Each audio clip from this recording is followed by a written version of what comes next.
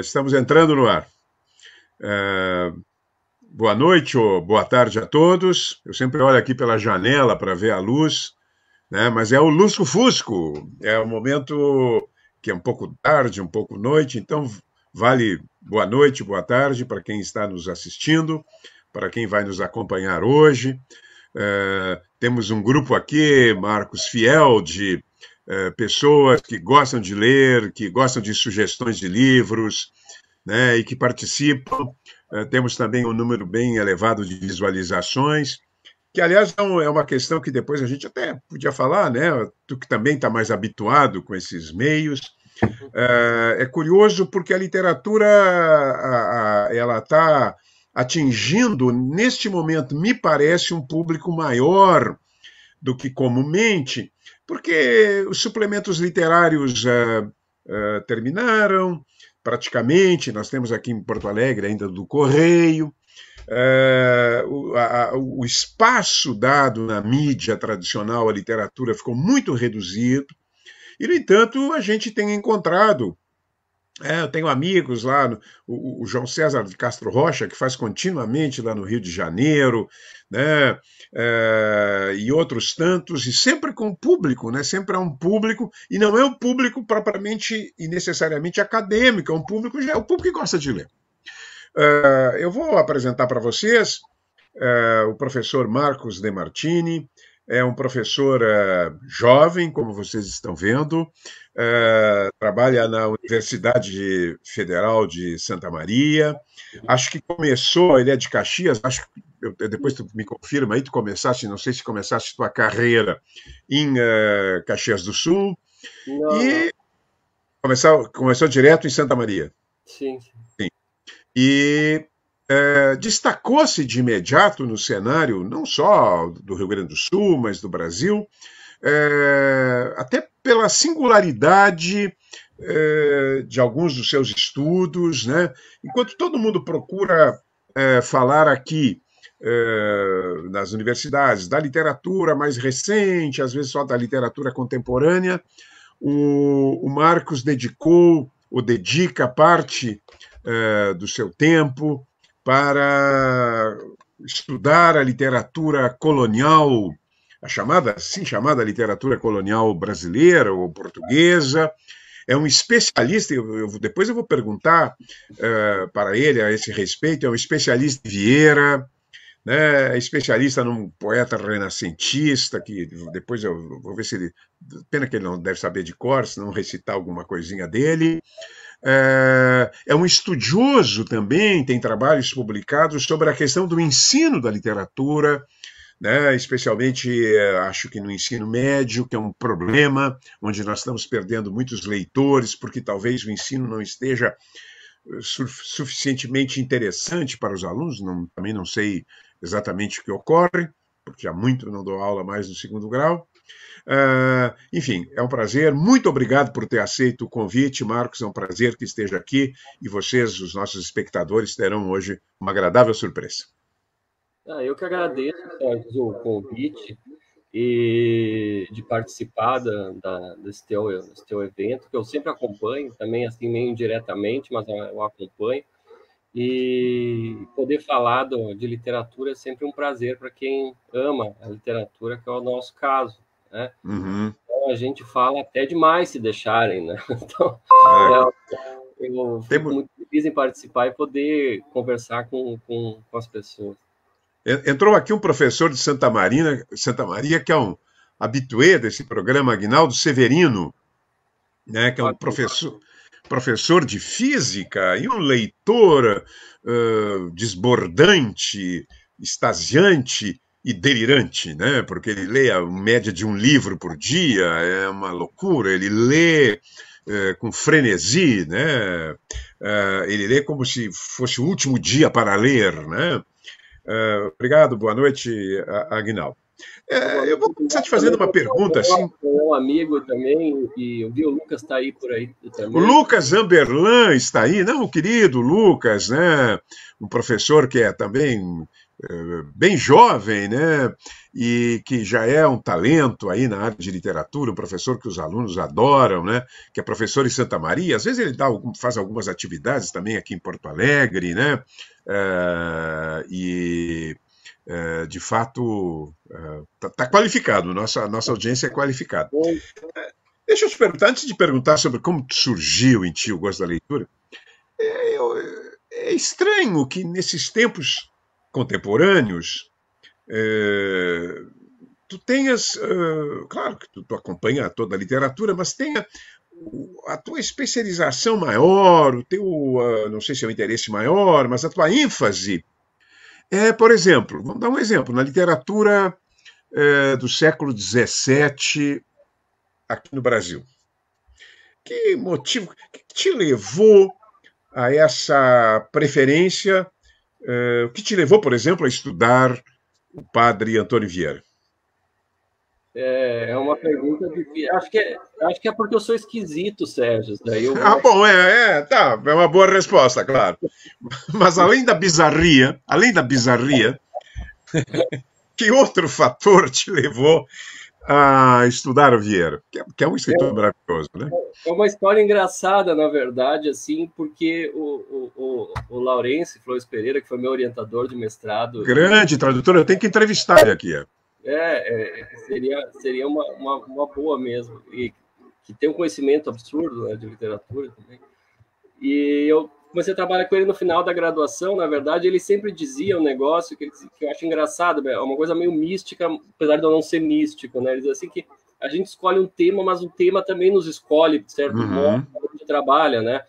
E é verdade, assim, porque é um encontro, assim, na verdade, não é uma escolha de um tema, é um encontro, na verdade. Eu entendo mais um pouco assim, né? Então, é muito estranho toda essa história. Eu posso contar rapidamente que foi... Claro. Quando eu estava terminando a graduação, eu estava fazendo a disciplina de literatura portuguesa 3, que chamava aqui, era a última portuguesa, que era modernismo e século XX, enfim, né? Ainda era finais do século XX, o início do século XXI, ainda era... Então, basicamente, terminava na época Saramago, seria Lobo Antunes, essas coisas. Só que o professor, na época, o professor que nós tínhamos aqui, ele disse assim, não, a única coisa que presta é Fernando Pessoa. A gente só vai estudar o semestre inteiro Fernando Pessoa. E, na verdade, eu fiquei meio furioso, assim, a gente vai ficar estudando só Fernando Pessoa. O problema é que eu me apaixonei por Fernando Pessoa, né, naquele semestre, e a minha intenção era trabalhar com Fernando Pessoa. E daí eu comecei a estudar, e o professor um dia na aula falou assim, o Fernando Pessoa gostava de muitos poetas, ele gostava de um poeta inglês, John Donne, o nome do cara. Sim, é um grande poeta, né? Daí eu não conhecia. Daí ele falou o nome de tantos, esse eu não conhecia. Daí eu fui estudar, eu fazia inglês e português, né? Eu fazia dupla licenciatura. E descobri Donne, e daí uma coisa levou a outra. Daí eu comecei e falei, não, eu estava trabalhando já com tradução, com o Laurence, né? E o Laurence falou, não, que você não trabalha então com Donne, uma coisa que eu gosto, que você pode traduzir. Eu já estava traduzindo por conta na época, assim, né? Assim, de forma ensaística, né? Tudo errado, mas eu traduzia, né? Daí eu comecei por causa do Fernando Pessoa, eu cheguei em Donne, né? E por causa do Donne, eu cheguei em Vieira. Porque estudando Donne, lá pelas tantas, diziam que eu trabalhei com a poesia sacra dele, você vai falar sobre isso depois, e lá pelas tantas diziam que ele do fim do mundo, os poemas falam um pouco sobre isso, né?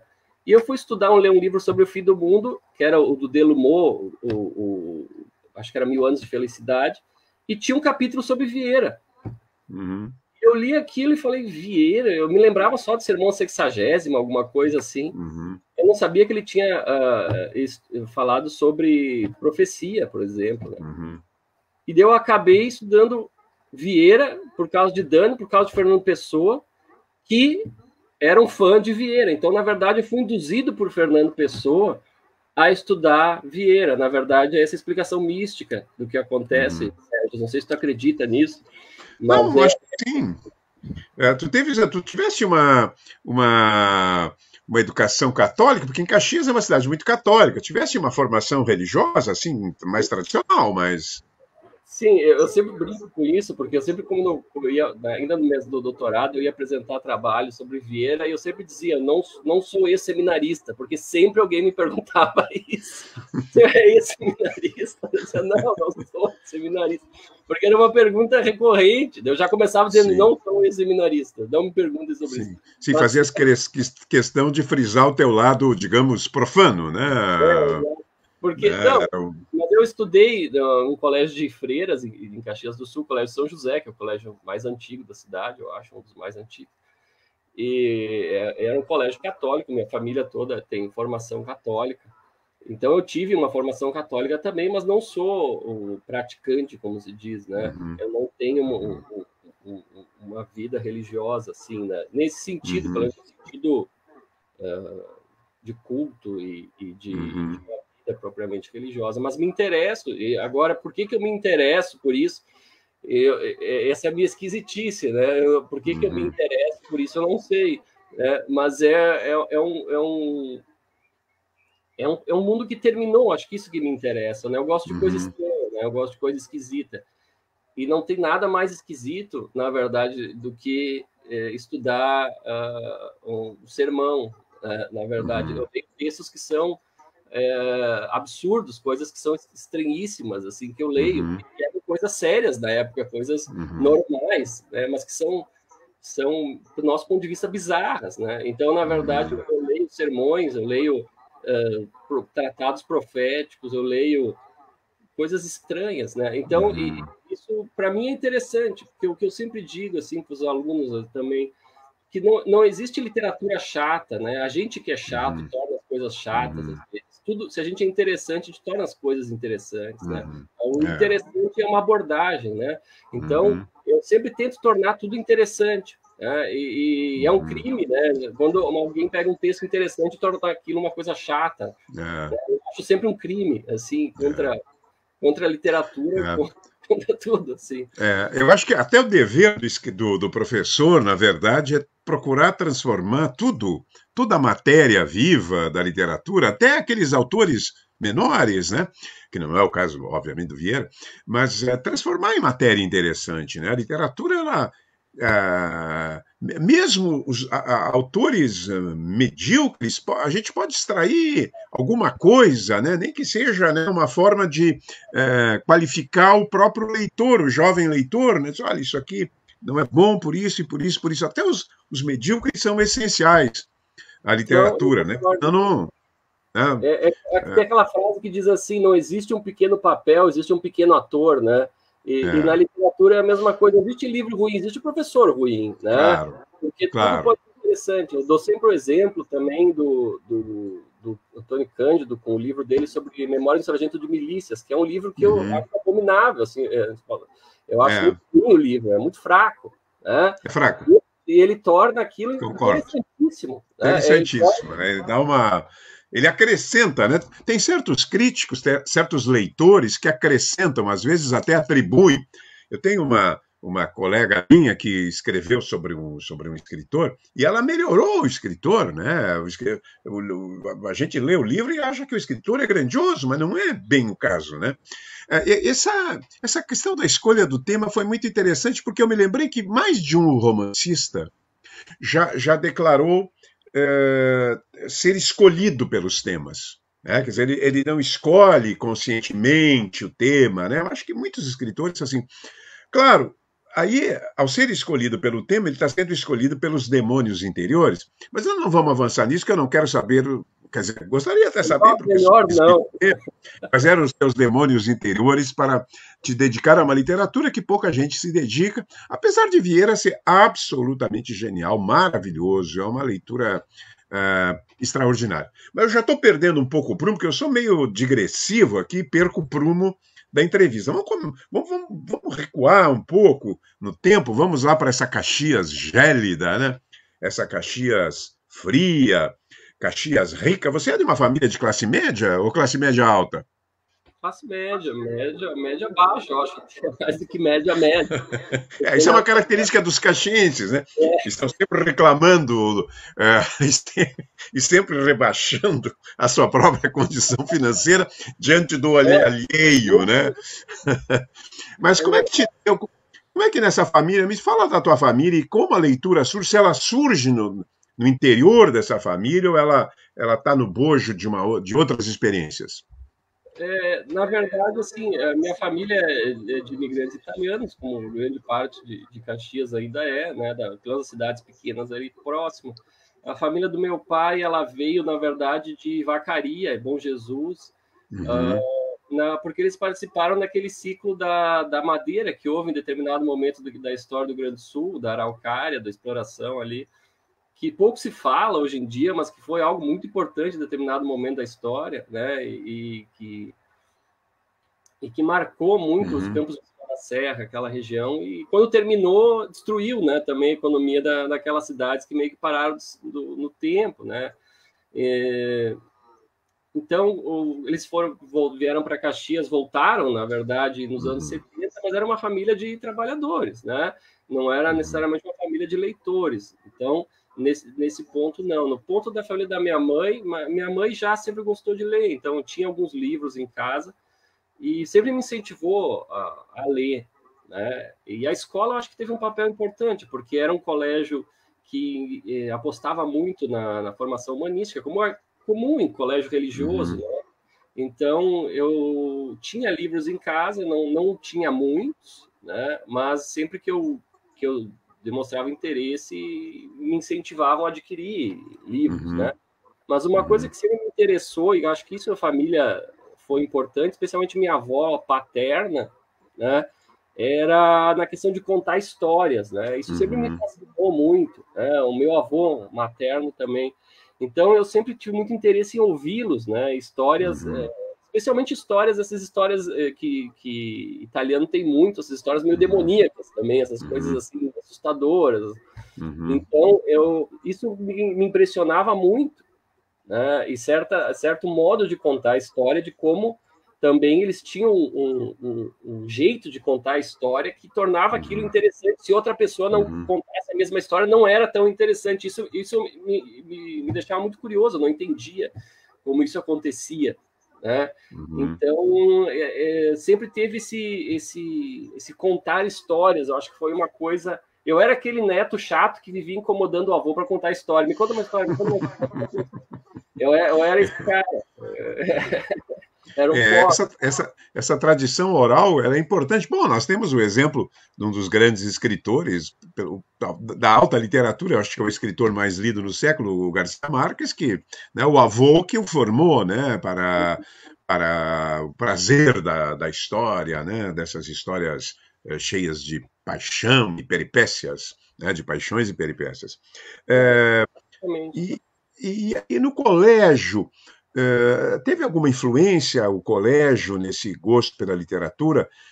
Eh, Tu fizeste, bom, aí já era unificado, meu tempo é que tinha o clássico e científico, mas no colégio houve algum incentivo que às vezes não vem dos professores, né? Eu acho que às vezes os professores, eu procuro na universidade falar para os meus alunos que eles têm que insuflar, não só com os livros do programa, mas trazer sugestões, porque sempre tem um, dois, três, cinco alunos, às vezes, na sala de aula, que tem um potencial para a leitura, né? Que querem ouvir histórias, né? Que querem ler histórias. E no colégio, teve alguma coisa significativa nesse termos ou foi apenas o banal dali, digamos assim, das aulas normais? Assim, sempre o colégio tinha uma biblioteca, a gente era, como acontece até hoje, era obrigado a ler, né? A gente tinha que ir na biblioteca e retirar um livro semanalmente, né? Começava assim, era uma coisa obrigatória no início, mas eu gostava, né? Daí eu comecei, eu já gostava e aquilo para mim não era um esforço, né? Eu tinha prazer, na verdade, em ir lá, né? E pegar os livros. Então, era no ensino fundamental, né? Para chamar primeiro grau, né? No primeiro grau, isso era meio obrigatório, a gente tinha que ler e tinha muita leitura mesmo. Eu acho que a formação linguística na escola, no geral, ela era muito boa, né? Uhum. E depois no ensino médio, e virou aquela coisa de ensino médio, como, tem os livros do vestibular, que tem que ler, e Uhum. etc.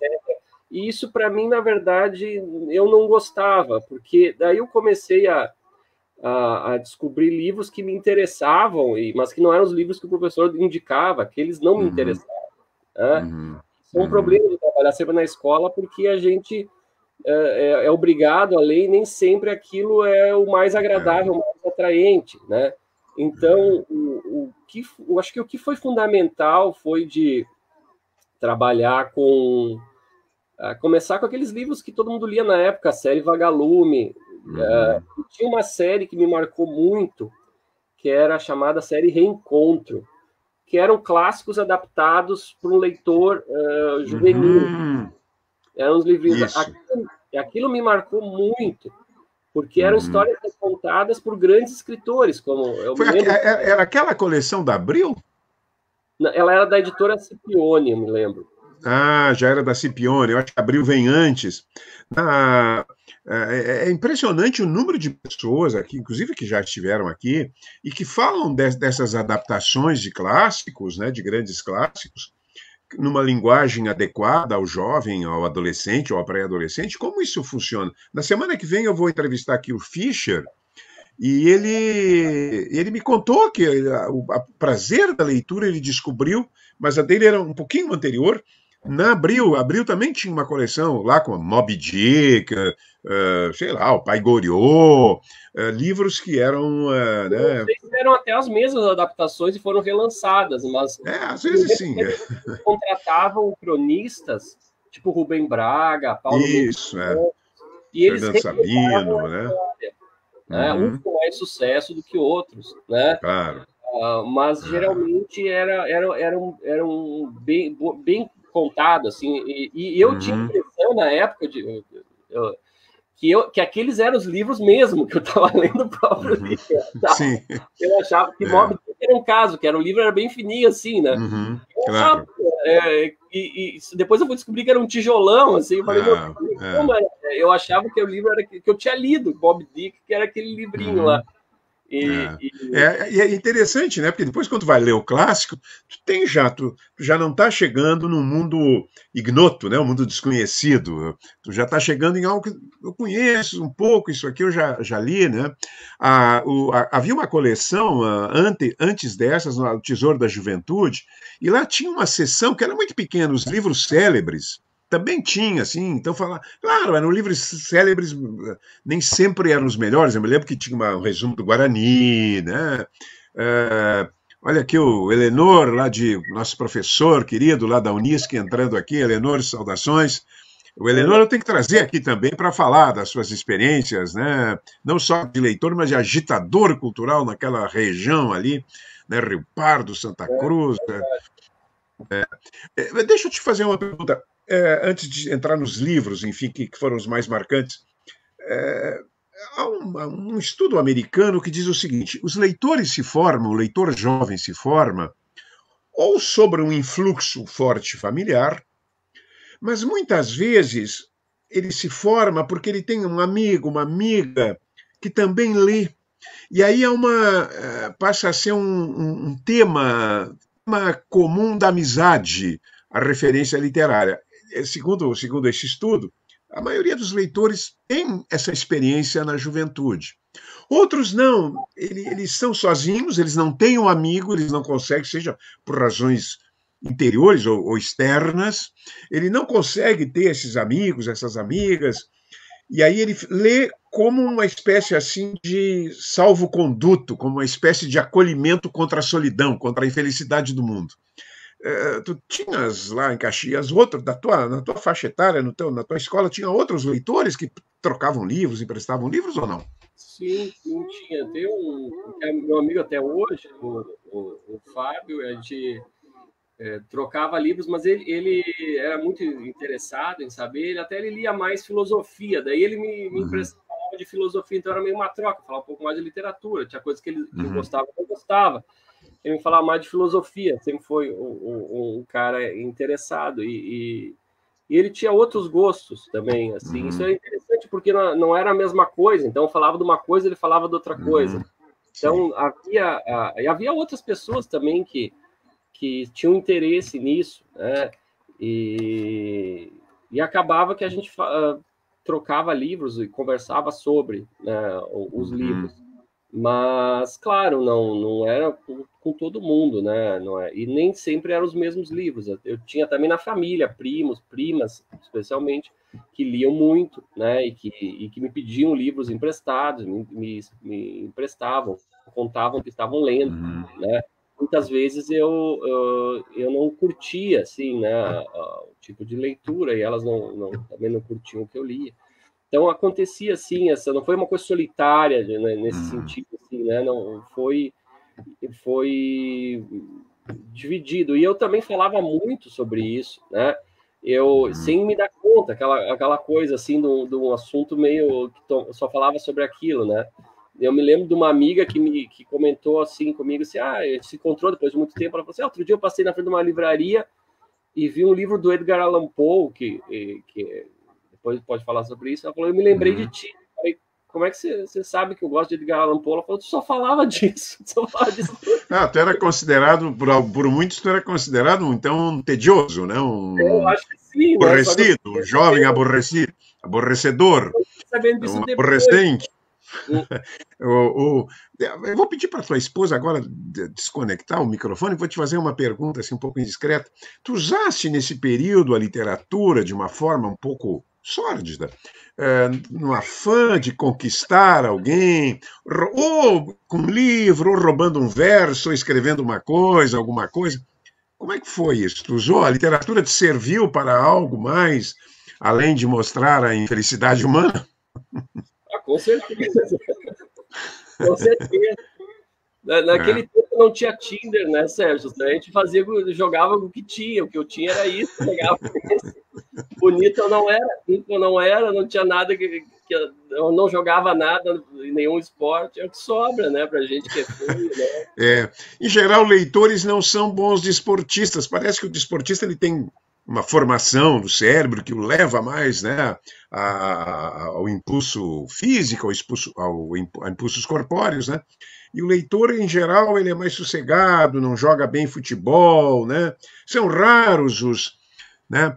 No ano passado, nós trouxemos aqui no Festival de Inverno o Armas Marcelo, que é um escritor espanhol, preside a Cátedra Internacional Vargas Llosa, amigo do Cortázar, do Garcia Marques.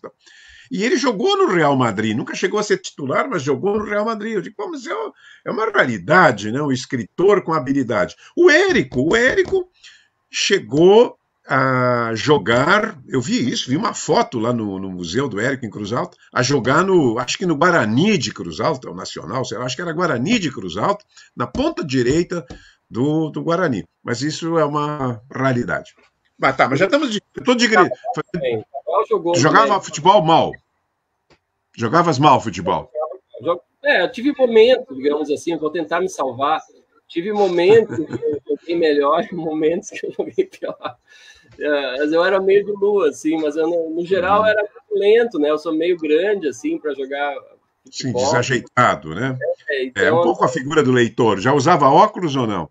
Já usava. Comecei a usar na sexta série. Então, nunca foi realmente o meu forte, o esporte coletivo especial. Nesta época aí, tu te lembra, assim, alguns livros que foram marcantes, que tu não esqueceu? Alguns livros que te impressionaram, né, entre 14, 15, 16 anos, livros da adolescência, alguma coisa forte, muito forte. Sim, o Poe, né? Eu até tô com a camisa do Poe aqui, não dá para ver, porque foi em homenagem ao tá. Porque foi tu vais para a universidade assim, com essa camisa, com essa camiseta? Eu já fui, sim, mas... É, um professor moderninho, tá. Siga, segue. E daí...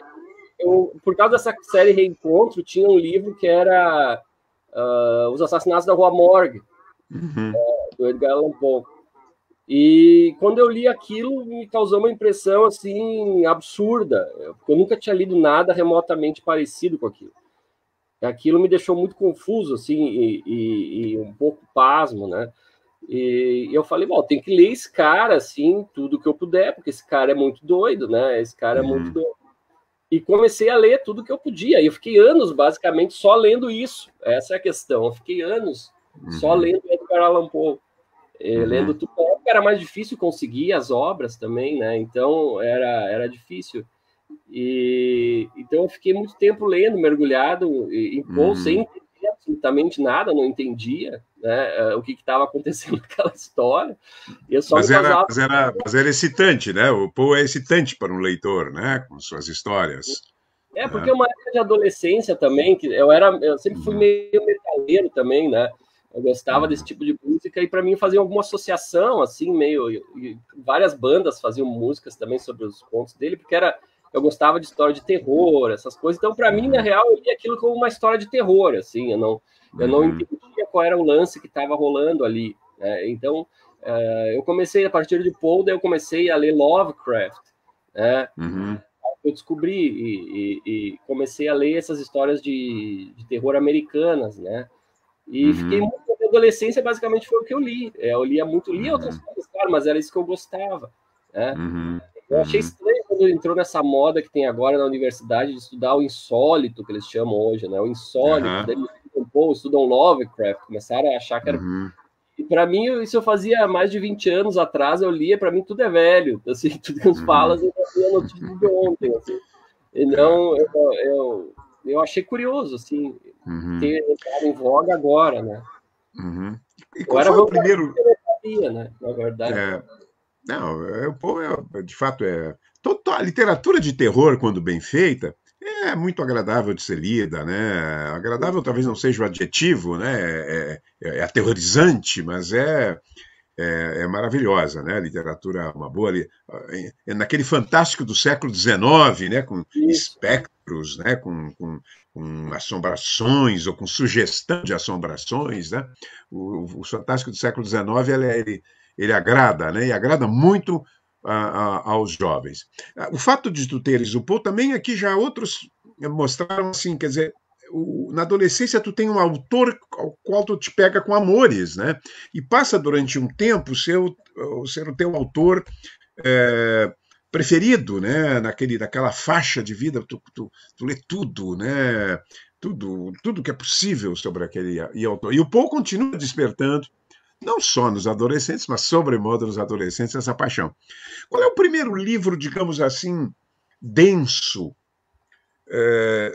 que tu leste, e qual desses livros mais densos te marcou naquele sentido não só de você admirar o escritor, mas de marcar vitalmente, né? De marcar na existência, de mostrar alguma coisa da vida surpreendente, inesperada e profunda?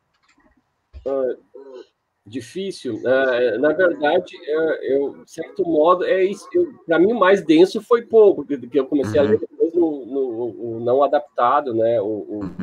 Mas, claro, isso não tem um insight para a vida, não. Na verdade, eu não tive esse autor, né, de formação, como se fala, né? Um autor sim, é um escritor de formação. Que desse voz aos meus problemas, alguma coisa, minhas questões. Eu não tive isso durante a adolescência, não era só Poe, assim, eu achava que meio que aquilo era aquilo e deu, sabe? Depois, quando eu fui para a universidade, que eu comecei a ler coisas diferentes mesmo, né? Então, eu tive autores que, na verdade, nem são da literatura, às vezes, que me causaram um choque, né? Uma coisa que eu li e que me impressionou muito foi logo que eu entrei na universidade, que eu comecei, na verdade, no curso de Direito, né? Eu não comecei fazendo letras, né? Eu entrei no curso de Direito. E eu li uma série de escritos anarquistas e aquilo me marcou profundamente, na verdade. Uma coletânea de escritos anarquistas que a LPM tinha. Sim, é a coletânea da LPM. Isso, essa daí. Textos anarquistas, tem mais de um volume. Isso. E era um volume que eu achei na biblioteca, era um volume único, o primeiro que eles lançaram. O primeiro era único, isso. E aquilo me marcou profundamente. Até hoje, eu acho que eu sou meio anarquista, na verdade. No meu coração, eu sou anarquista.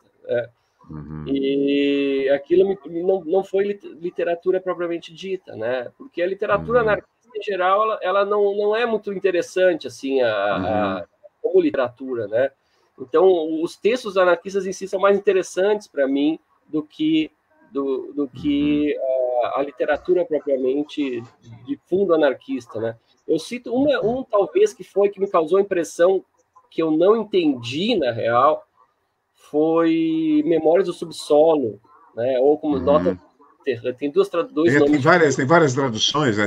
Tem Notas do Subsolo, Memórias do Eu acho que é Subterrâneo, a Nomes primeira que eu Subterrâneos. li era Notas do Subterrâneo, eu acho, depois traduzido como Memórias do Subsolo. Eu acho que Isso. era isso, né? Uhum. Uhum. Do Dostoiévski. Dostoiévski, né? Isso sim me causou uma impressão profunda, porque a minha impressão sempre é aquilo que eu não entendo, né? Eu não Uhum. entendia, mas ao mesmo tempo eu me identificava com certos problemas que o narrador tinha, né?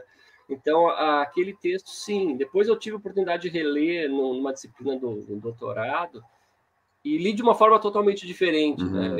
E lendo já com crítica, em outra tradução, entendi coisas Uhum. diferentes, né? Então, Uhum. isso, o início Uhum. da faculdade me causou uma impressão, assim, grande, né? Uhum. É um livro pelo qual tenho um carinho, assim. Uhum. A gente fica com esses livros. Não é o caso de Memórias do Subsolo, que é um livro rico, mas eu tenho certos livros que eu não vou reler, porque eu sei que eu vou me decepcionar, né? Né? Eu recomendo para meus alunos, gostam até hoje do Encontro Marcado do Fernando Sabino. É o romance de formação dos anos 40 e 50. É muito bonito, jovens discutindo literatura, marcando o encontro para 15 anos depois. Mas eu tenho certeza que eu reli, mas reli logo depois. Eu li aos 15, 16 anos, depois fui reler aos 20 e poucos. Eu não vou reler porque eu tenho certeza que eu vou me decepcionar com o relato do Sabino. Então, às vezes, é bom a gente, né, ficar com aquela imagem, né, da juventude. Mas antes de passar aí agora para essa fase, então, para esse momento maior da literatura, é, eu faço uma pergunta sempre para rapazes e moças, amigos e amigas que aqui vêm, que é o seguinte: uma coisa que hoje eu acho que nem isso não tem mais muito fundamento. Eu não sei se, como tu és mais jovem, isso ainda tinha algum peso, mas, por exemplo, da minha geração até quem tem hoje 60 anos, 50 anos para cima, tinha sempre ali na juventude um livro proibido. Um livro que aparentemente nem sempre era censurado. Uma obra, às vezes, literária proibida, outras vezes uma obra meramente pornô, né? Uma revistinha. Tu tem desses pecadilhos, tu com um rapaz católico, tem esses pecadilhos, porque os católicos são reis do pecado, né? Porque eles sabem que vão ser perdoados na próxima confissão. O que é melhor que isso? Até ficou te perturbou essa pergunta, não? Não me incomoda, não. Eu acho que na minha geração já não é uma geração que já tinha acesso mais fácil a revistas, Uhum. fotográficas, esse tipo de coisa, então não tinha muito um livro proibido, porque na verdade tudo era se conseguia, não tinha Tudo mais era permitido já. então não tinha essa revistinha, aquelas como tinha. Eu me lembro de um amigo meu que tinha um irmão mais velho e ele tinha umas revistinhas que eram uns gibis assim, Sim, é o Carlos Zéfiro, deve ser o Carlos Carlos Zé. Zéfiro. E Primor, primor. a gente dava risada com aquilo porque era muito engraçado, na verdade. Uhum. Não tinha como ser muito erótico aquilo para nós. Não, era kit, era kit. Era engraçado, na verdade. Uhum. Era muito cômico. A gente achava engraçadíssimo aquelas revistinhas, não levava a sério, não via, na Uhum. verdade, um olhar pornográfico, mas um olhar cômico, na verdade, assim, né? A gente achava uma sátira quase, né? Uhum. Eu tenho curiosidade de olhar de novo, É. Não, porque tem até teses, tem trabalhos publicados, né? Nós temos é, até um estudioso aqui em Porto Alegre, mas isso veja como era a repressão, né? Eu me lembro de ir com colegas ali do colégio, não sei se era do Rosário ou no Anchieta, eu estudei nos dois, na Praça da Alfândega tinha um sujeito, ele dizia que é ele que escrevia, pena que eu não guardei nada disso, né? E ele usava uma capa Então ele escondia essas revistinhas, né, que tinham 16 páginas, 16, 8, 12, né?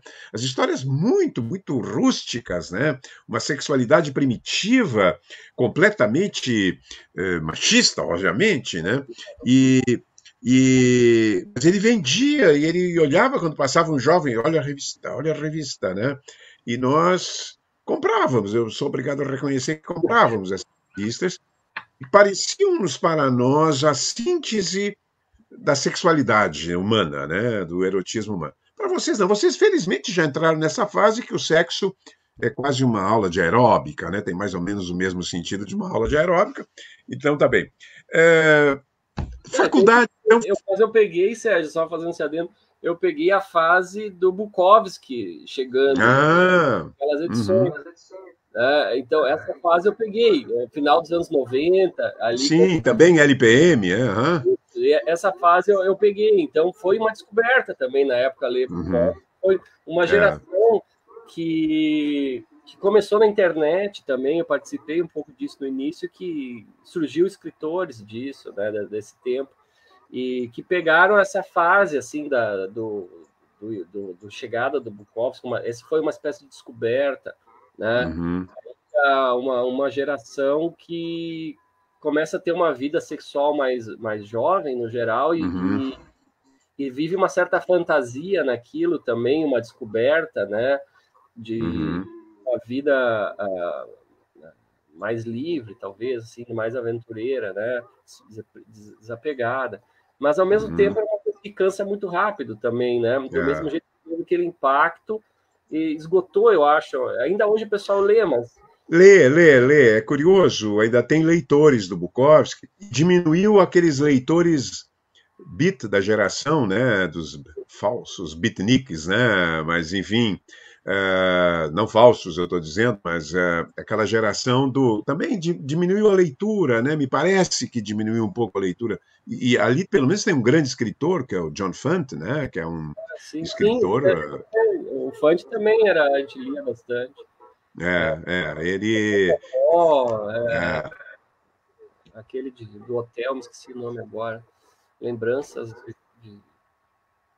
Pergunte ao Pó eu considero um dos belos romances que mesmo uma pessoa adulta, eu li já adulto, né? E é um romance, para mim, o melhor de todos, né? Dessa geração aí, o melhor romance é Pergunte ao Pó, sem dúvida nenhuma, é um texto belíssimo. Mas voltando ainda, então, à tua literatura na faculdade, quem mais tu descobriu, quem mais tu foi descobrindo aí na tua vida universitária? Quem foram outros autores que te tocaram? Bom, eu descobri e redescobri, de certo modo, né? Por um lado, eu redescobri Machado, né? Aquela ideia do colégio que a gente tem, que é tipo o porre, né? Aquela coisa que tem que é um xarope, né? Mais velho, lendo, eu achei interessante, se tornou um dos meus autores favoritos. Comecei a ler com outro olhar, né? E um interesse que me mantém até hoje. E talvez a maior descoberta foi Guimarães Rosa, porque Guimarães Rosa também era um autor que a gente lia no colégio, eu lia tipo, isso aqui a gente tem que ler porque essa coisa sertaneja, essa charopada, né, que a gente tem que ler, Brasil, não sei o quê, né, e essa coisa sertaneja, não via nada além daquilo que era mais superficial. E aí, quando a gente teve que ler na faculdade, eu falei, não acredito, tem que ler esse cara de novo, né? E o professor mandou a gente ler justamente o Grande Sertão Veredas, né? E daí eu falei, vou ler isso aí, né? Eu não vou ler, né? Pensei, né? Eu não vou dar uma olhada. E comprei o livro e derrotei, assim, comecei a ler e desisti. Daí o professor falou assim, olha, você tem que ler até 50 páginas, assim, tenta 50 páginas. Se o livro não te pegar, abandona, realmente deixa, não vai se forçar a ler todo aquele tijolo. Daí eu falei, tá bom, vou fazer isso. Peguei o livro, marquei lá 50 páginas, não vou ler nenhuma página a mais. Quando eu vi, eu já tinha passado e estava totalmente imerso na leitura, e foi uma experiência meio epifânica até. Grande Sertão Veredas, um dos grandes romances para mim, né? do mundo, eu acho até, do que eu li, assim, é um negócio absurdo, né? Só que é isso, ele é difícil, aquela coisa assim que a gente tem que insistir mesmo. Eu gostei da estratégia do professor porque foi justo, foi inteligente, porque Mas sabe que realmente... eu acho que há essa página 50 tem é uma coisa estranha, é mística, né, também, porque eu comecei várias vezes, eu contei isso até aqui, aí o meu amigo Cláudio Moreno me disse, não, tem que chegar na página 50. Aí depois, mais tarde, claro que eu cheguei, aconteceu a mesma coisa que aconteceu contigo e com todos os leitores do Guimarães Rosa que chegam à página 50, que é uma imersão no mundo, numa suma do romance do século XX, né, e do século XIX, é uma suma, aquilo é um romance extraordinário, em alguns sentidos, mais talvez extraordinário do século XX, e mas a página 50 não tem nada específico ali, né? Alguma coisa cabalística que te permitisse, alguma coisa mágica, né? Mas é interessante ler até a página 50. É para os nossos espectadores que ainda não ousaram enfrentar ou que pararam, né? Tem que passar da página 50. Aí, ó, a confirmação, o Marcos está confirmando hoje. Quem foi o professor que te disse isso? Foi o Jaime Ginsburg. Ah, o Jaime Ginsburg, claro, claro. Será que eu estou achando que essa frase que veio do Moreno, o Jaime foi meu aluno ali no curso de letras, eu acho que eu dei essa cadeira, de repente eu falei essa frase já veio do Moreno lá, já se espalhou, já virou mítica. Público agora. Exatamente, né? Aqui entramos, tem várias pessoas aqui entrando, a Ionara disse que ela adora o Drácula, né? Quem não gosta? Todo mundo gosta, né? Esse é um tipo de literatura que todo mundo gosta. O James, que é um frequentador permanente do nosso, disse assim, que nem o futebol, nem os livros trouxeram-lhe a felicidade conjugal. Bom, mas, James, eu não sei. Realmente os livros não são para que a gente seja feliz, né? Aí tem um tipo de literatura, outra, de autoajuda, né? Tu conheces bem isso, que o James é um grande leitor. Os livros não é que nos tornem infelizes, eles levantam dramas humanos, né? E o futebol também não adianta, a não ser que você seja um craque, se você fosse um craque, James, aí talvez, né, tivesse tido a felicidade conjugal, não sei, é complicado. Lê o Tolstói, lê a felicidade conjugal do Tolstói. Reclama que eles assim que é casado com um professor de literatura e não escreve nada para ela, né? Que esse é outro drama, né? A mulher casa com o professor de literatura e espera um poeta, né? Todo dia e a gente... Um poeta que escreva, diga-lhe poemas ao pé do ouvido, E aí são homens prosaicos, comuns, banais, né? Por vezes torpes, e muito decepcionadas, né? Entregues a vários desejos, né? As coisas assim, né? Esperam um soneto e uma rosa no travesseiro a cada manhã e não encontram nada, nem o soneto, nem a rosa. Né?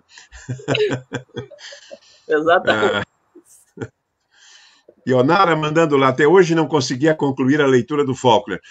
Faulkner é difícil. Primeiro não pode ler na cama, não pode ler à noite, né? Tem que ler talvez com um lápis na mão.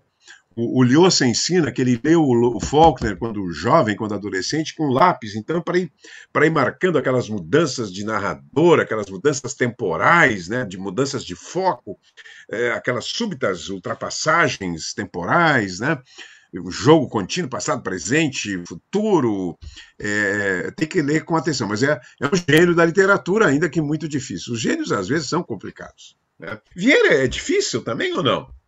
Vieira, que é um gênio da literatura. Sim. O Vieira é um monstro, né? É um monstro.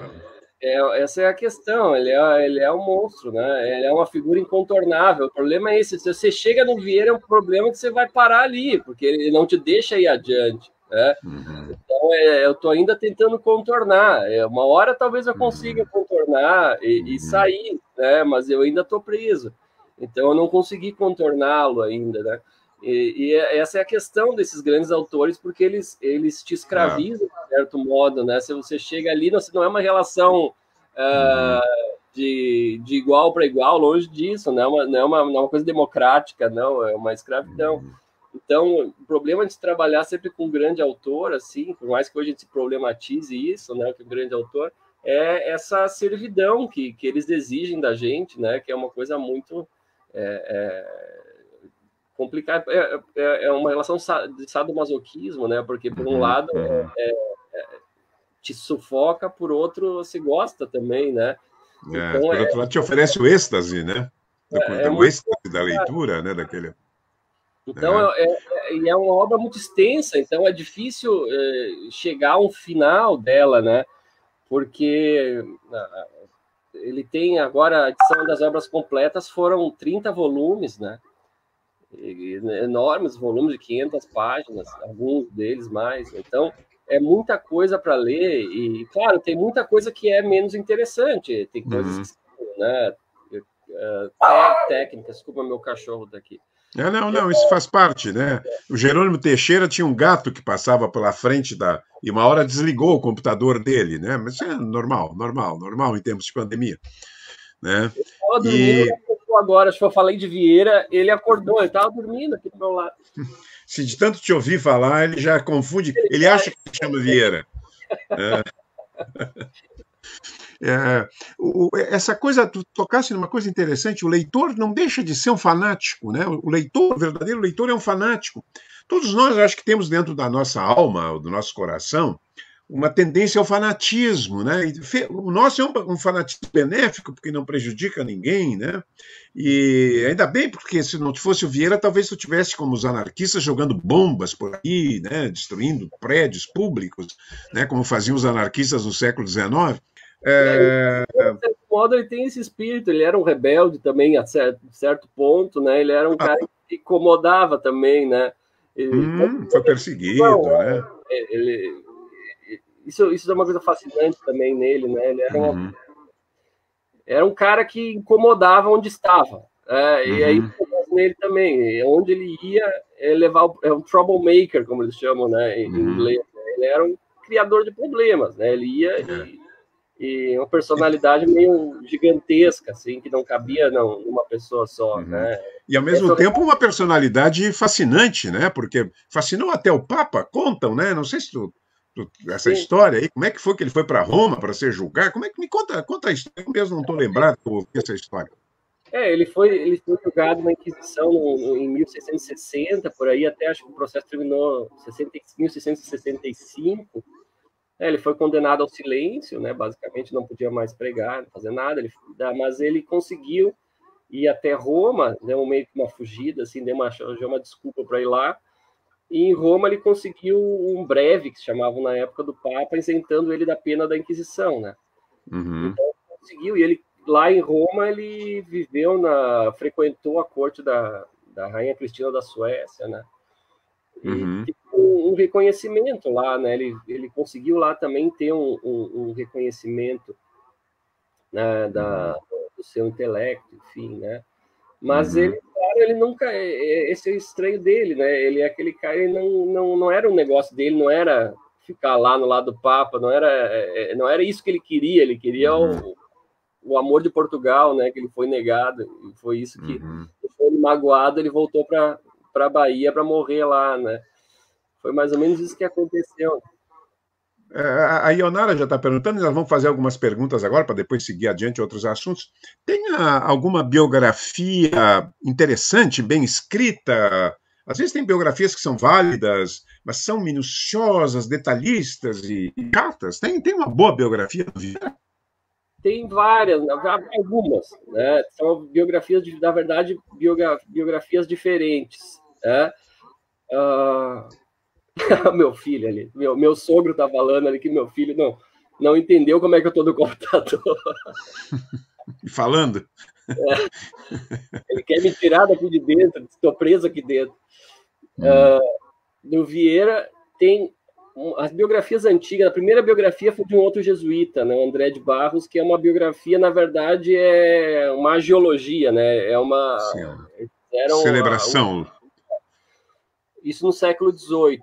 No século XIX tem a biografia do Lisboa, que é meio que ao contrário, falando mal do Vieira, né? No século XIX para o XX teve a mais extensa biografia do Vieira, que foi a do João Luiz de Azevedo, que fez a primeira edição das cartas também. É uma biografia grande, são 2 volumes, muito detalhada, muito boa biografia, assim. A única coisa dele, que naquele espírito meio positivista da época, ele dividia em segmentos a vida do Vieira, então era como se fosse vários personagens, não dá uma visão unificada, né? E agora, recentemente, depois a gente teve um silêncio, né? E mais recentemente a gente tem um perfil biográfico do Ronaldo Vanfas, historiador brasileiro, muito bom, acadêmico, muito bom, não é extenso demais. Tem uma biografia também do Clóvis Bulcão, que é um jornalista, que é uma biografia mais para o leitor assim, se informar, né? Não é acadêmica, é bem legal de ler assim também. Então depende do que a pessoa quer. Como é que se chama essa última aqui para dar para... Como é que é o autor? Do Clóvis Bulcão. É isso, é um jornalista. Eu não me recordo o nome. O Padre Antônio Vieira mesmo, um nome assim, né, do livro. Eu acho que ela é de 2008, algo assim. Como tu escreves bem, tu nunca pensasse em fazer, por exemplo, não acha que essa vida do Vieira daria um romance magnífico? Naturalmente, com algum voo imaginativo? Não acha que não seria possível fazer um romance? A Ana Miranda escreveu um romance sobre o Gregório de Matos. Eu achei bem fraquinho o romance, né? Sem criatividade literária, né? O Padre Vieira lá nesse romance, né? Ano passado, ele menciona. Ela menciona, é um romance menor. Tem um livro que tem uma autora brasileira que explora, é interessante até o tema, né? Que é a relação do Vieira com a Rainha Cristina da Suécia. Ela explora que talvez tivesse havido algum tipo de romance ali. Né? Uma passagem interessante. Tem um livro do Arnaldo Nisquier, eu não me lembro se é romance agora, O Crime do Padre Vieira, uma coisa assim, não me recordo, eu não sei se é isso, eu já ouvi isso, mas não me recordo sobre o que é, se é um romance, enfim.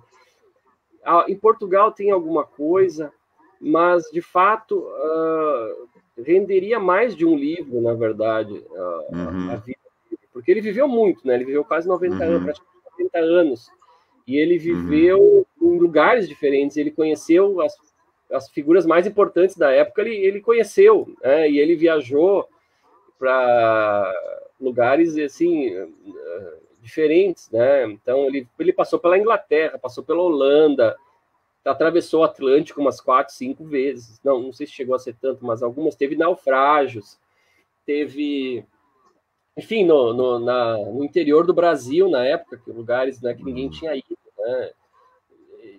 Então ele realmente ele viajou muito, né? Ele viajou muito, conheceu pessoas importantes, né? Conheceu figuras interessantes da época e reis, enfim, e altos dignitários. Então realmente eu acho que dava assim para fazer mais de um romance, na verdade, e se envolveu em polêmicas, né? E por isso ele é amado e odiado até hoje. A gente viu a estátua que derrubaram dele, né? Pois isso é um absurdo, né? Um absurdo, né? E vamos pegar numa questão polêmica. O Lucas, nosso querido professor Lucas Amberlan, falando que podiam comentar livros de você. Sim, esse aqui é um livro que eu uma vez te encomendei. Até uma introdução ao Vieira, né? Eu vou mostrar aqui. Tu podias depois até falar desses, assim, um segundinho sobre cada um. São 3 comentados, né? Tem uma introdução sobre o Vieira, e um comentário. É muito legal porque são sermões comentados. Eu achei excelente esse trabalho que tu fizeste. Foi aí que eu te conhecia, né? Já há alguns anos atrás. E que são sermões do Padre Antônio Vieira, o sermão da 60ª, o sermão de Santo Antônio aos Peixes, e esse sermão magnífico, né, que é o bom, aliás, todos são magníficos, ou pelo menos alguns, não todos não, né, mas alguns são extraordinários, que é o sermão ao bom sucesso das armas de Portugal ante as, subentendido, elíptico, as armas de Holanda, né, é uma maravilha, né, uma coisa incrível. Tu acha que isso aqui daria para alguém que não leu Vieira, poderia com isso, entrar no mundo do Vieira, esse mundo do imperador, como dizia o Fernando Pessoa, né? O imperador da língua, com toda a razão, né? O imperador da língua portuguesa. Eu acho que sim. Tem algumas coisas, né, que eu noto dando aula também, e que, claro, quando eu estava no colégio, tive que ler Vieira, eu não gostei. Sim, normal, normal. Então, claro, porque é um adolescente, é difícil, né? E realmente a gente acaba, quando dou aula, acabo falando sobre o sermão sexagésima também, ele é um sermão difícil, e eu acho assim que, como introdução à obra do Vieira, não Não é funciona. o ideal.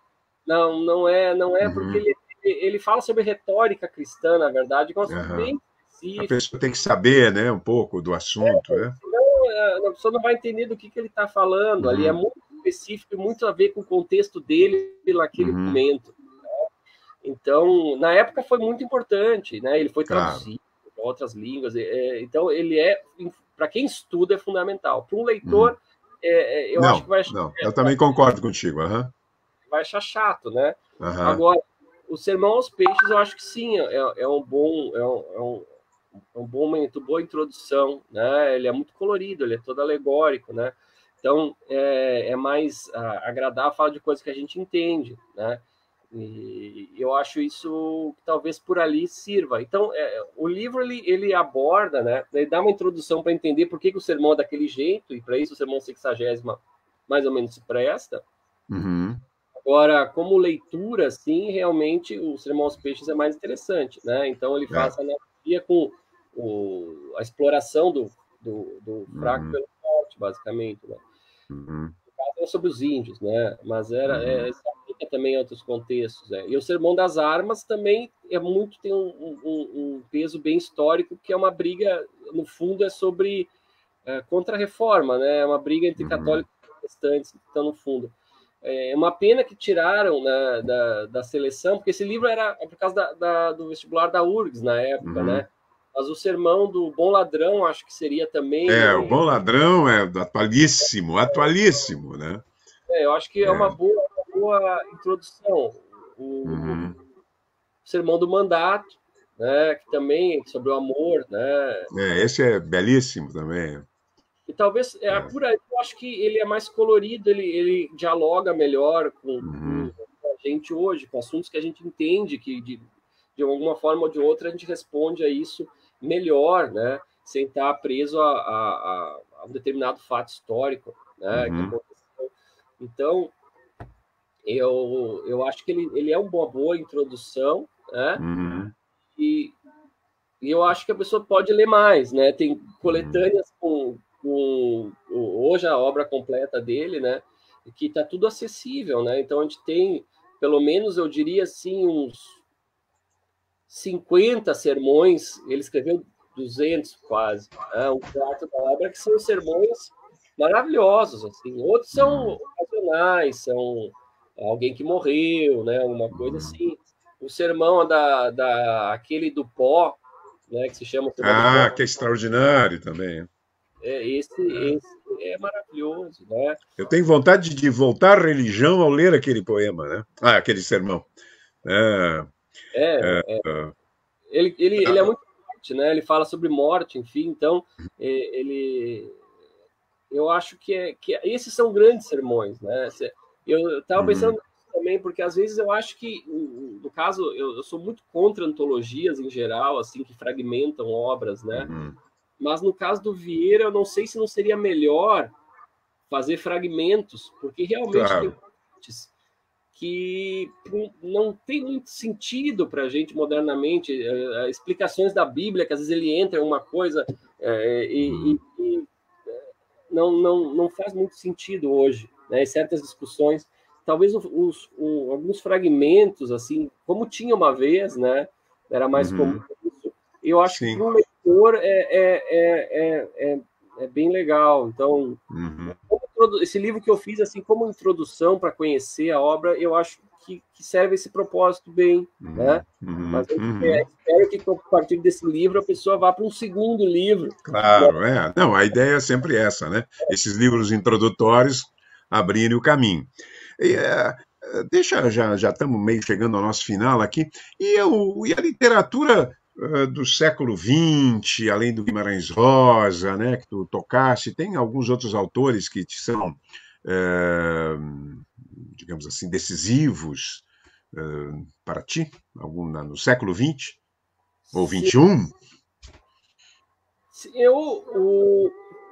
eu não, eu realmente, como eu trabalho em coisa mais antiga, eu acabo sendo meio defasado, assim, eu leio só Uhum, porque a coisa já não é tão nova, assim, né? Eu uhum, acabo não acompanhando tudo que é lançado, que é uma pena, né? Porque uhum, quando a gente faz da literatura a nossa profissão, paixão, profissão, a gente acaba também que torna tudo um uhum, trabalho, né? E isso uhum, tira um pouco a graça do negócio, né? Então, muito do mais recente, assim, eu tenho dificuldade de acompanhar, né? uhum. Eu também não tenho acompanhado suficientemente bem os contemporâneos. Eu estou falando, em geral, né, o século XX, algum autor aí de século XX que tenha te tocado, além Ah, do. é difícil não falar de Borges, né? Que eu sei que você gosta muito, né? Uhum, Porque esse é do meu caminho, né? Poe, Lovecraft, foi indo, parei no uhum, Borges, no né? Borges. Como Uhum, era inevitável, né? Eu acabei ali, é mais o meu chão, assim, esse tipo de literatura que uhum, fazem, eu acho que é o que eu me identifico melhor, né? uhum, Eu não sou tanto como você, eu sei que é do Garcia Marques, desse tipo de relato mais realista. Eu não sou um uhum. cara do realismo, eu sou um cara Sim, da de alegorias, né? Do eu gosto fantástico, né?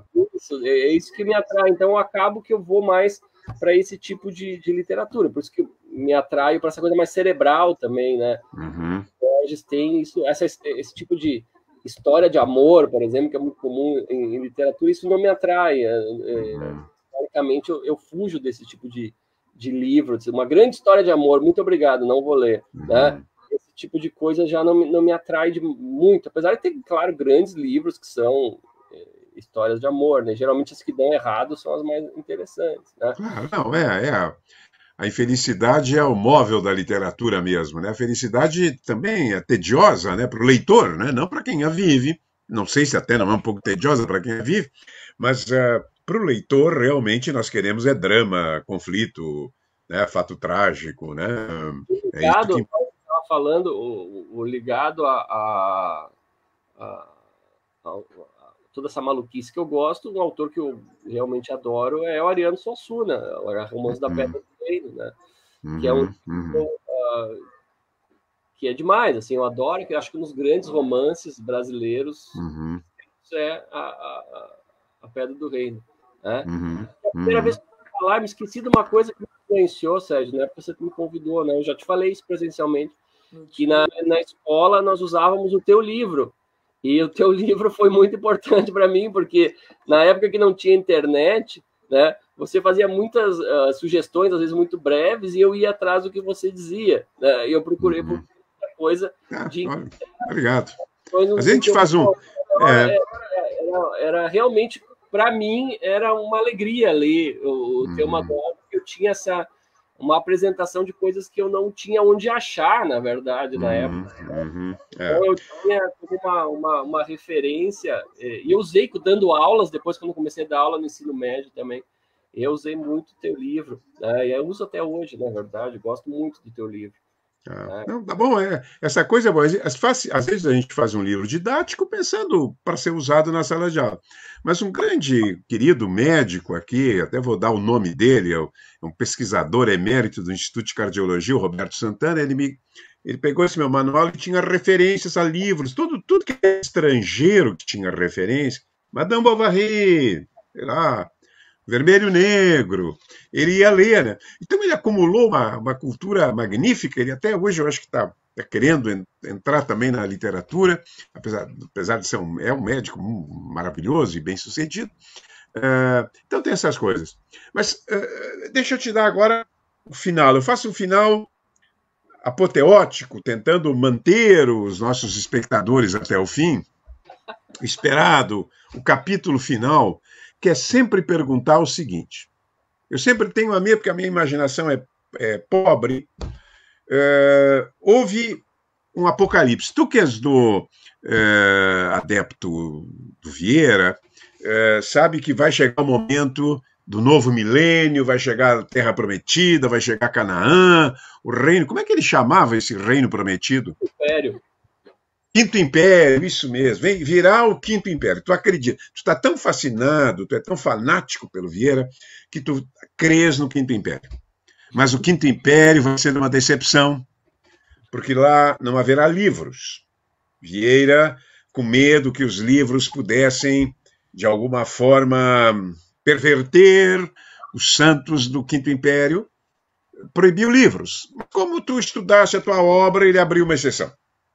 Vai te dar a chance de levar três obras completas de autores, à tua vontade, 3 obras completas. Veja como Vieira ficou generoso. Ninguém pode ler, porque ele tem a ortodoxia também, né? O catolicismo tinha também essa visão um tanto quanto totalitária da realidade. E quais são os autores, quais são os 3 autores que tu levarias para esse paraíso que Vieira promete, né, aos portugueses, né, chefiado, um paraíso chefiado por Portugal, ia ser realmente um pouco cômico, talvez, mas seria interessante. Não vale a Bíblia. Não, a Bíblia está lá. A Bíblia, o Vieira vai fazer sermões. Só isso já valeria o Quinto Império. Olha, eu sou capaz de sonhar com o Quinto Império. Ele vai. Cada domingo tem um sermão do Vieira. Né? Ele falava bem, não falava assim oralmente, ele era bom expondo. Tem poucas referências que eu saiba sobre isso. O que se falava é que ele tinha sotaque. Ele falava com sotaque brasileiro, que chamavam na época, os portugueses já identificavam o sotaque e diziam que ele tinha sotaque brasileiro. Isso era uma marca, mas dizia que ele tinha uma boa voz, assim, né? Mas diziam que isso que se encontra de marca, claro que eles falavam isso pejorativamente, né? Ele era brasileiro, queria dizer, era Bárbaro. veio do fim do mundo, eu te diria hoje, né? Veio lá do fim do mundo mesmo. Então ele tinha isso que eles falam. Né? Agora os livros que eu levaria. A obra completa, viu? Estou te dando a obra completa. 3 autores com obras completas.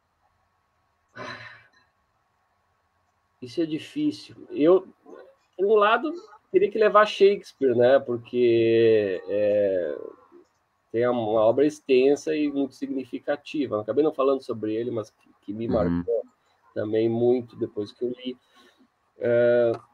Eu teria que levar alguma coisa dos gregos. E também uma coisa que me marcou antes da faculdade.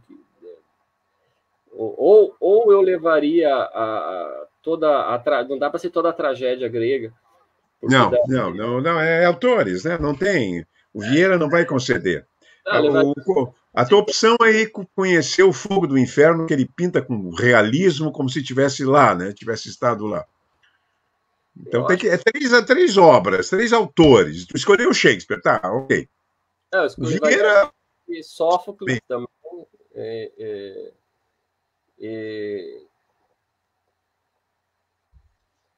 Deixa eu ver, eu estava pensando em alguma coisa de poesia, né? Porque eu acabei falando mais a gente não falamos, não deu tempo de falar de poesia.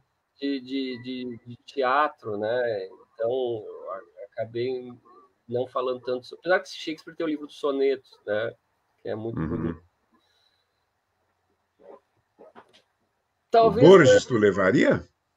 Eu estava pensando, essa é uma boa opção. Eu pensaria de opções que eu teria, assim, de levar. Eu pensei sempre em alguém que tinha uma obra variada e significativa, né? Por um lado, assim, como romance, eu levaria Dostoiévski, né? Pelo significado, eu acho que dá conta melhor, assim. No teatro, Shakespeare ou Sófocles, eu levaria. E na poesia, é isso que, na verdade, é o mais difícil, porque eu acho que eu levaria Horácio como poeta. Eu ficaria com os mais antigos, né? Se eu fosse separar por gênero, pensando em gêneros, né? Eu acho que eu levaria isso. Eu não falo Vieira, né? Porque a obra completa dele Não, É, e o Vieira vai estar lá no Quinto Império, né? Vai estar lá fazendo o sermão domingo, né? mas realmente eu acho que são obras para entender o humano, digamos assim, são obras significativas, né? E que todo o que veio depois, de certo modo, eu acho que dialoga com eles, né? Então, eu acho que seria por aí que me sairia, né? O Agnaldo Severino, nosso professor lá da UFSM, dizendo assim: Sérgio, você começou com uma ilha e um livro. Eu dava só um livro, né? Agora já está. Agora vem aqui. Mas o Marco, ele cometeu um pecado da arrogância, Agnaldo. Vieira certamente vai reexaminar o ingresso dele no paraíso português, né, do Quinto Império. Vai ser, porque é a desmedida, né? O ser humano querendo ser Deus, querendo levar todos os livros do mundo, como se fosse possível isso, né? Ler na eternidade todos os livros do mundo. É, Marcos, foi um prazer te ter aqui hoje. Foi ótimo conversar sobre Vieira, sobre, né, a tua formação, sobre esse grande professor que tu és hoje, um professor que os alunos adoram. Um abraço do Marcos. Também não esteve no seminário. Não se intrometeu. Isso também não esteve? Não, eu estive naquele seminário lá da Unisc, seminário. Realmente é o grande agitador cultural, né? O Eleanor Schneider da Unisc. Agora se aposentou, para pesar de todos nós, né? E para a alegria dele, claro. Marcos, foi um prazer. Eu espero que em outro momento a gente possa. Eu tenho as terças-feiras aqui, eu tenho convidado amigos, e tudo na base do convite, aqueles tipos de convites indecorosos, porque não envolvem money, né? Não há dinheiro, no nosso caixa da cultura está quebrado, aliás, está todo mundo meio quebrado. E por uma hora dessas, quem sabe, a gente te convidar para falar de um sermão do Vieira, né, numa terça-feira, no projeto Universidade Aberta, que nesta terça vai trazer um livro também. O Vieira também é difícil, mas a Cláudia Laetano, minha querida Cláudia Laetano, vai trazer Thomas Mann, A Montanha Mágica, um romance que a maioria dos convidados que aqui teve, quando eu pedi assim, um clássico que você não gostou, um clássico que você largou pela metade, a maioria falou A Montanha Mágica. Eu não discordo, nem concordo, porque eu li o livro, não sei se eu releria, mas li o livro e gostei.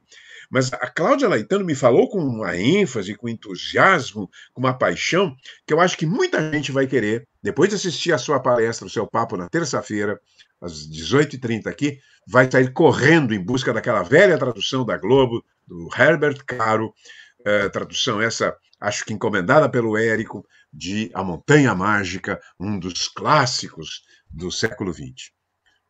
Mais uma vez, obrigado.